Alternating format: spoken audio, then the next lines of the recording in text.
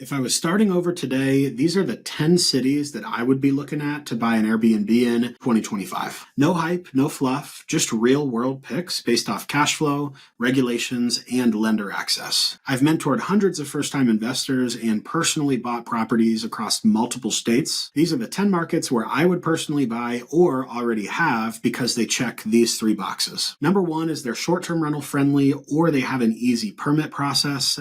I am not interested in buying in a city that is not on board with short-term rentals long-term. Number two is they have a great price to revenue ratio. Just having demand and high nightly rates don't cut it for me. I need something that's actually going to cash flow. And when I say price to revenue ratio, what I really mean is they follow something called the 20% rule, meaning I want my annual revenue to be at least 20% of my purchase price.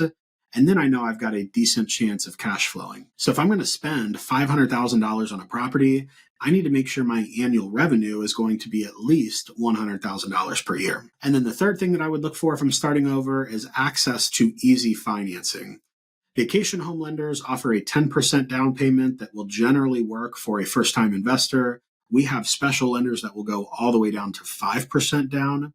So if I'm starting over with my first property, I'm already probably going to be thinking about deals 2 and 3 as well. So I want to focus on minimizing my cash out of pocket on that first deal to leave me with as much money left over when I'm done. So let's dive in. And if you stick around till the end, I'm going to give you a bonus in one of these markets where I'm going to basically tell you exactly what you should be looking for and where you should be looking in this city for the best cash flow. All right, so city number one, Phoenix, Arizona. My best deal is located in Phoenix. It did $33,000 last month in revenue. Phoenix is going to be a powerhouse for those months, November to March. And then even April, May, they've got the MLB spring training. I think half of the baseball teams train out there.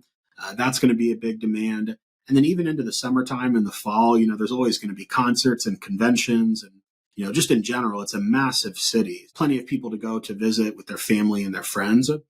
So Phoenix has strong demand. One thing you got to look out for, though, is there is some competition out there. The highest producing Airbnbs in the United States are located there. So you do really need to know what you're doing, where you're buying, and how you're designing that property if you're going to compete in a market like that. Second market is going to be Indianapolis, Indiana. One thing I really like about Indianapolis is going to be it is also primed for strong appreciation. They've got a growing population. They've got tons of, conventions, sports teams, hospitals, universities, and people are moving there. So in addition to cash flowing a property and getting tax benefits with an Airbnb, you're ultimately also going to be setting yourself up for that property to continue to go up in value over time. Number 3 is going to be Cincinnati. So Cincinnati also is going to have hospitals, universities, sports teams, and it's just a solid urban market that's going to have other demand besides travel and tourism, which I would consider to be stable. I figure the more reasons that people are booking, the more stable your cash flow is going to be. And something that's going to be true about Cincinnati, Cleveland, and Pittsburgh on here are ultimately going to be those price to revenue ratios. They're just affordable properties. We can buy in these cities for $200,000, $300,000, $400,000 and draw 60, 70, 80, 90,000 in revenue. That's an excellent price to revenue ratio for the money that you're spending. Cleveland, again, you're on the water. So, some of that summertime pickup is going to be helpful for you, but you also have huge hospitals with Cleveland Clinic. They've also got sports teams. They've got conventions and headquarters located in downtown. They've got a few pockets close to downtown that are going to be trendy neighborhoods where young people like to go, and they've got good nightlife. So that's going to draw strong nightly rates for people when they're traveling. Pittsburgh, a lot of similar things to Cincinnati and Cleveland. One thing about Pittsburgh that I like is there's just triangle that basically is right in the middle of 3 or 4 decent sized colleges.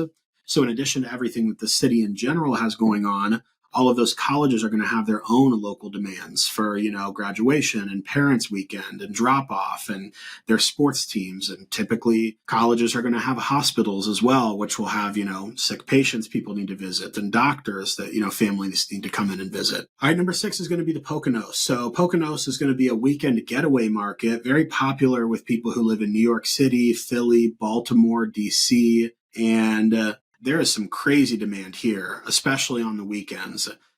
Weekdays, you got to be unique, got to be careful because, weekdays generally are not going to have a huge demand, but your weekend nights, if you can draw such a massive premium, you really don't even need to rent your weekdays. I also like their stance on rules and regulations. I mean, basically, they need to be short-term rental friendly out here because if they weren't, their whole economy would collapse. They don't have hotels like, some of these other urban areas do. So, when people are traveling to the Poconos, really Airbnbs are their only option to stay overnight and then spend money to fuel those local economies. All right, number 7, Houston, Texas. So Houston has solid occupancy. Out of all of these markets, Houston's going to run some of the highest occupancy for the specific types of deals that I personally like to buy there. So high occupancy is ultimately good. And then if you can work the angle and get in with a good design to draw a nightly rate, that's where the magic is going to happen. Because when you combine high occupancy with a strong nightly rate, that's where the real opportunity is. They're also going to be a major city. Lots of oil companies and headquarters are going to be located down there. They've too got their sports teams and their hospitals and everything going on. San Antonio, and again, another major city on here, 41 million people visiting annually. They also have cool neighborhoods, like the Alamo and the Riverwalk. They also have a strong military presence too, and that's always going to be, a good stable thing in any Airbnb market that we're looking in. Specifically in San Antonio, there's a pocket that's up close to the airport that has a really solid price to revenue ratio within San Antonio. Sometimes prices down there can get a little high, or you can get in neighborhoods where people just aren't going to want to stay. There's this really optimal neighborhood close to their major airport that I personally like buying in. All right, Columbus, Georgia, solid market. We've done probably 6 deals here in the past 2-3 months.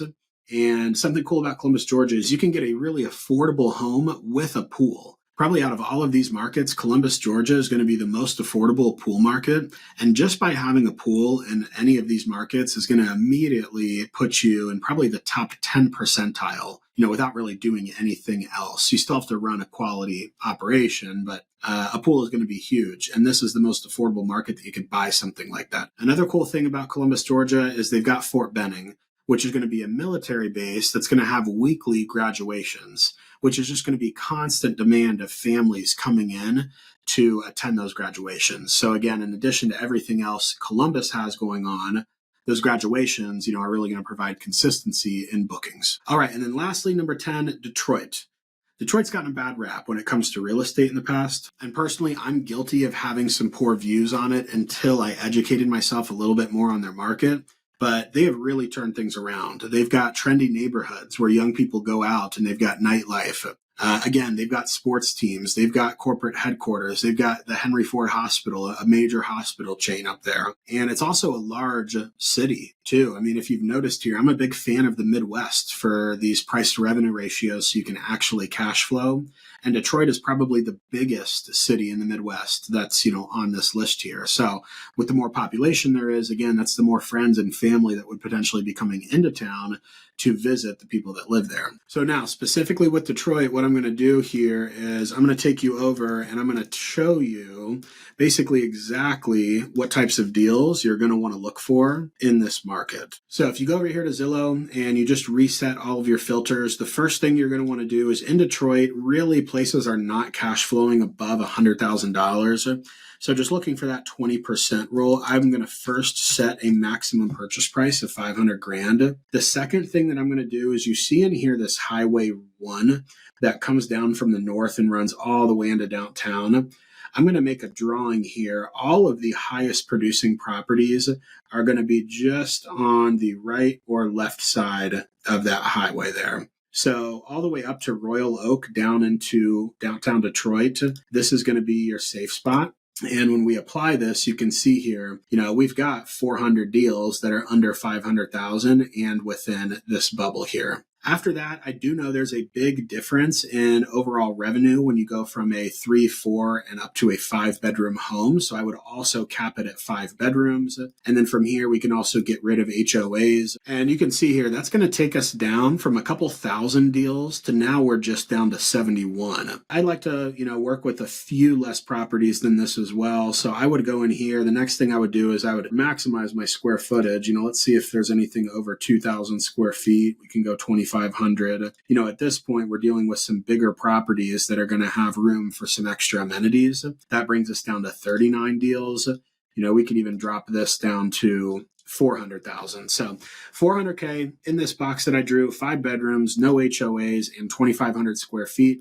I can guarantee you there is a good cash flowing deal in one of these 35 properties here. So I hope you find that helpful. That is a breakdown of the cities that I would personally buy in 2025.